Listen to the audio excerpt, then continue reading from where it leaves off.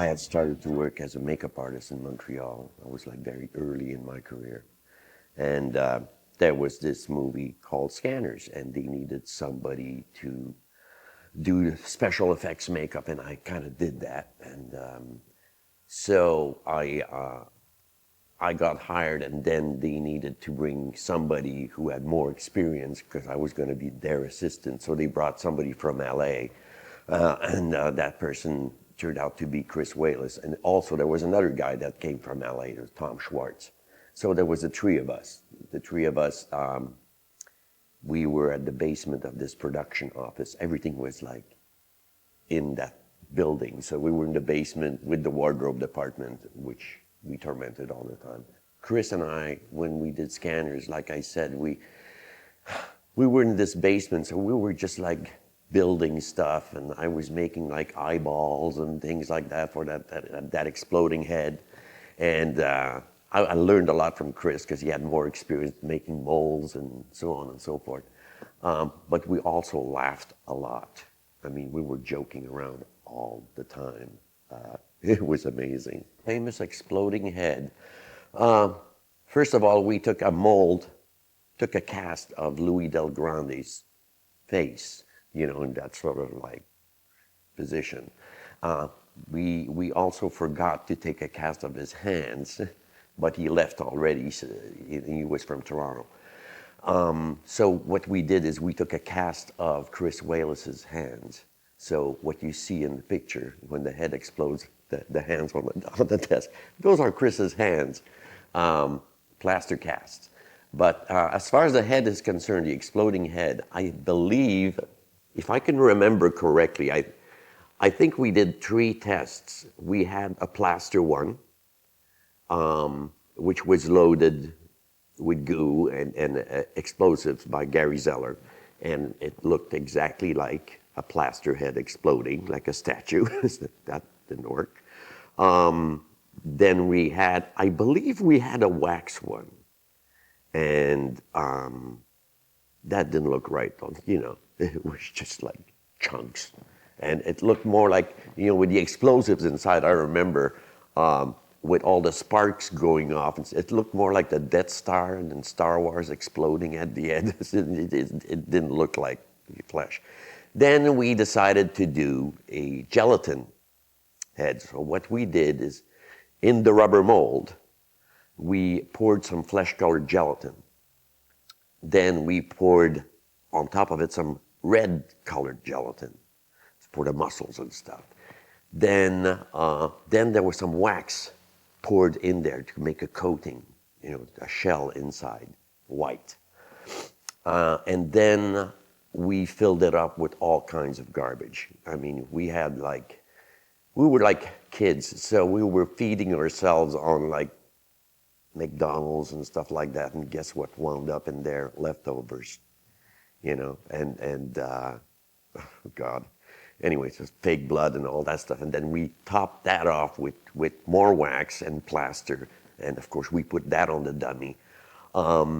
And I remember, since the explosives charge didn't seem to work because they created like a lot of smokes and sparks, what happened with the one that you see in the movie is we were in this big warehouse, and Gary Zeller took a shotgun, and he was lying behind the dummy and pointed it like right there, lying on the ground, and he just shot it, and that's what you see in the movie.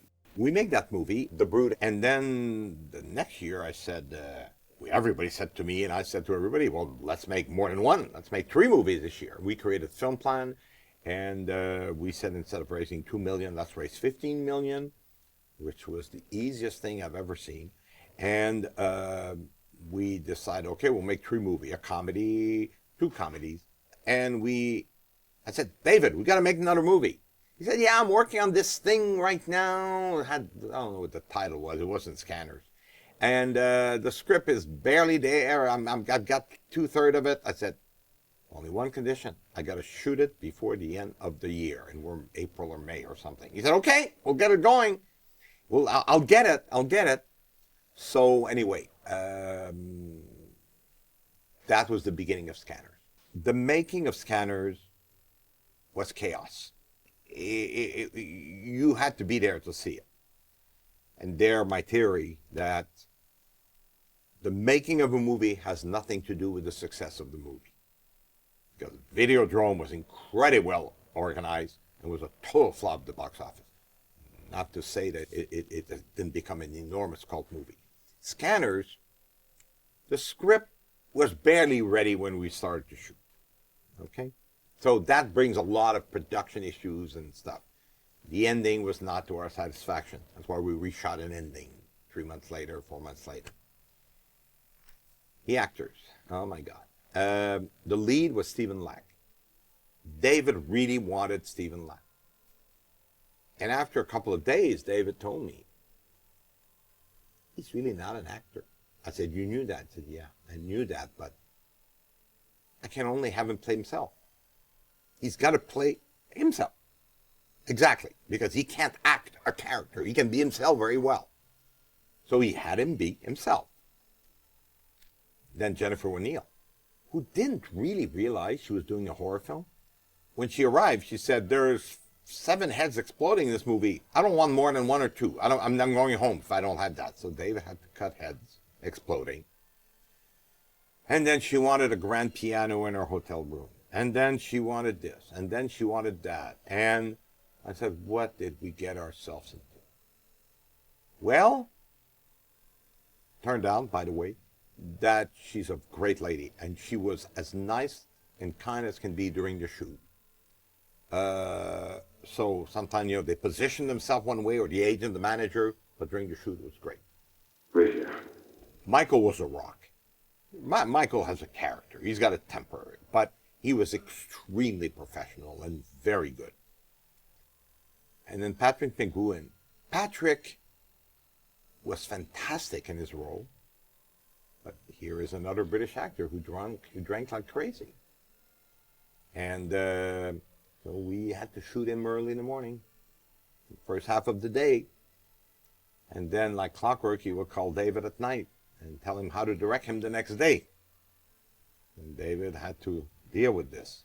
I guess I was hanging out with a bunch of people that were making films, and I was making suggestions to their product, changing their directions. And they said, well, what are you doing today? And the interesting thing about being an artist is actually, you're never doing anything that in those days, art was not agenda-driven. Today, it's a whole different situation. But you had free time, and it was in the 70s. And so they came to my loft where I was painting and exhibiting, not in the loft. I was having external exhibitions. And the movie was accepted into the new director's series at the Whitney. So all of a sudden, my performance was getting reviewed by the Village Voice and the New York Times, etc., favorably. David chose me, but I'm trying to analyze what his thought processes are, and they're beyond me, okay? So he saw the 2 products, Montreal, Maine, and Rubber Gun, and maybe something else I might have done, and poor thing, like I said, he must have blacked out. And he said, oh God, this is either the craziest person in the world or the world's greatest actor. Well, I think he's settled on craziest, but we pulled the friggin' thing out of the fire. He had written the script, then his wife got pregnant, and she was having a baby, or whatever they were having, and of course David tripped out on that, and took that into making The Brood with Oliver Reed, and abandoned Scanners. And then, to the best of my knowledge, at the end of a fiscal year, a film producer with whom he either had been working before or at least was aware of David's work, approached him with the budgetary possibility of doing Scanners, and they had something like a very short period of prep time, which is good because that meant that nothing got self-conscious and it was banged out in a true seat-of-the-pants fashion, which is something I'm used to, and we did it. Now, we had a lot of stuff to do. This was a time in Montreal where there was not even a film commission, where there was nothing was organized. You decide to shoot on the street and have a car crash to a building, and there's no real notions of safety codes and stuff like that, So it was very, very, very difficult. You had inexperienced people doing stuff with a framework of total commando filmmaking, you know? Well, let's try to have a car crash into this building. How do we do it? Well, let's improvise, you know? Fortunately, no accidents, nothing. But it was all like, hey, let's see what we're going to do here. I'm sparing everything that happened in between. Like I'm obviously putting $100,000 more to reshoot the ending because it didn't work. So we shot, I think we reshot the ending in Toronto. So we reshot the ending. Dick did the effects. I don't think we hired him immediately, but I think at one point we knew we needed somebody really, really good. And we called Dick and he came. And he was at that time the #1 in the world. We did do like a mechanical dummy head of Stephen Lack for the first ending that we shot. That didn't work out because there wasn't enough stuff happening. It was just like a dummy head with the eyes popping out, and that was it. So there was an alternate ending that was written with all these special effects and stuff that Dick Smith did. And then he actually came. I had a loft in Old Montreal, and my shop wasn't there, and Dick came over there, and he built a lot of stuff back in Larchmont. I remember we took a cast of Stephen Lack in my loft, and this was the first time that I ever seen this. He put scleral lenses in his eyes that covered his entire eyeball. So he could take a cast of him with his eyes open, which was amazing. And then he did like a dummy head of Stephen Lack with, you see the eyes popping out. But you had like all these other special effects, like the veins creeping and stuff that Dick Smith did with material called Elvisite at the time. There were appliances, and he did the makeup tests in my loft, I remember. Also, the dummy that you see when Stephen Lack is all burnt up, he's deep fried basically on the floor. It was a plastic skeleton, biology skeleton, and he actually took some paper and he took some dough. And he packed the dough around with John Caglione and David Smith, his son, was there. And they were just like taking a flame, torch and torching the dough. So baking basically the whole thing. So that's what you see in the movie. They worked around the clock, I remember, shooting all that stuff. I mean, non-stop. He was exhausted. He was just like take a little nap, on a cot, and then there he was, like, slapping on more prosthetics and all this complicated stuff, on both actors, Stephen Lack and Michael Ironside. It's like I didn't know the extent of his work when I did Scanners. I had heard about him, but I was very knowledgeable. It's when I got to New York, because he was consultant. At first he was consultant on the picture. So I went over to New York, and Gary Zeller was doing the physical effects. Also from New York. So Tom Schwartz and I went to New York to consult with him. And we went to Larchmont, and of course went to the famous basement where he worked, his secret lair. And that's where I discovered all this incredible stuff, like, The Exorcist and all these things were around. I'm like, wow. Anyway, so he dispensed like all this information on how to do this effect and so on and so forth. So we just bought like all these materials, and chemicals and so on while we were in New York. It was great. But the code word for me was, David, how am I going to play this? How do I play this? I mean, it's because everything I'm saying is a question. And he's you're doing fine, you're doing fine. And so I distilled it to a phrase. Are we doing Alice in Wonderland again? Excuse me, Mr. Caterpillar, you say I'm a scanner? You're a scanner. Excuse me, I have to go back to my pipe. So that's how it was. David seemed pretty relaxed as far as I was concerned. The only thing he would say is he would give me the slightest amount of direction. Things like, try and not bounce when you walk. And I asked questions through most of the movie. I wander through it as somebody who is a good mind, but suppressed, unreleased. But when the time comes to release that mind, luckily it was during a reshoot, and I had the opportunity to rest. I can help you. We can destroy Revok together. I thought Jennifer was terrific. She knew what was going on so much more than I did. Our first scene together, she gets, I get shot outside the clinic. And she gets shot or something, and I'm leaning over her. This was the first day of shooting, and I go, Flavia, are you all right? And she looks up at me and she says, my name is Kim now. Because the script had been changed.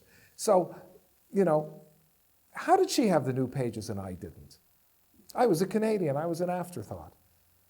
But Hollywood royalty, they gave her the page that was going to be on the screen. God bless them. Telepathy is not mind reading.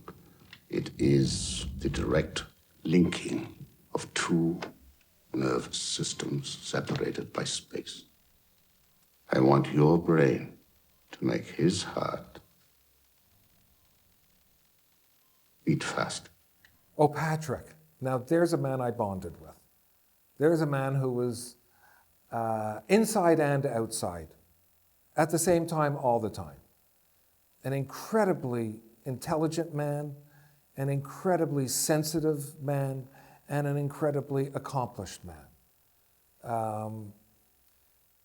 He could do anything. He was riveting. You just wanted to watch him. He was like any other fascinating animal in a nature documentary. He's one of those people, he was compelling to watch. Every movie you've ever seen him in Braveheart, you're just wondering, why doesn't the camera just open up and just live on this guy? Meanwhile, of course, he was not secure. And that insecurity makes you summon everything up. Anyway, we slapped the movie together, and I come to LA, and I go see my very dear friend Bob Raimi, who at that time ran AFCO Embassy, which was the place now for the horror filmmakers, Dante and Carpenter, and named them The Howling and all these movies. And he said, I want this movie. It's great. It's great. So we made a deal. And we started working on the marketing. How are we going to market this movie? So it's a lot of thinking. I was very involved. And then someone, I don't remember if it was me, if it was Bob, if it was one of his people, said, let's test the movie. So we tested the movie. And when the head exploded, it was unbelievable in the theater. So the next day, that person, who I don't remember, said, why don't we do simply a trailer of the reaction of the people watching the head exploding? That became the trailer of the movie. And the rest is history. That trailer got us an opening that was unbelievable. But I'll tell you, to see the reaction, like I did in New York, when the movie was released, in the big theater there where it was playing, and have 2,000 people jumping and screaming with their head exploding. It was incredible. And the grosses start coming in. And when I got, Bob Raimi calls me, he says, you won't believe what this drive-in did in California for the weekend. He says, $185,000 weekend. He says, that's unbelievable. I said, okay, we have a huge hit. And we were #1. And it was a monumental hit. Reviews were all over the place. Some people said how terrible it was. Some say it was great, and and worldwide. I mean, I remember in France, the enormous billboards everywhere for the movie. Just now, Cronenberg was known by the world. I was surprised by the size of the release. I never saw a double-page ad in the New York Times announcing a film. It was all over all over the TV was running ads every 15 minutes. You know, in 5 seconds your head explodes. You know what I mean? First you have a headache, then you have a nosebleed, and then your head explodes. People don't understand. They say, oh, why don't you do more films, etc. Well, I was horrified by the attention I was getting because everywhere I went, people knew who I was, and I was getting a couple of calls from major players in LA, and I know it's going to sound pretentious, but the idea of working to generate the income that would keep the people away from me that might have preconceived ideas as to who I am or what they might get from me by being closer to me, the idea of generating that income to separate myself from those people who my normal compulsion and need for affection was driving me to perform, to actually get the schizophrenic aspects of that relationship said, you know what, go to the studio, make paintings, leave them alone, they'll leave you alone, and that's how it's worked out.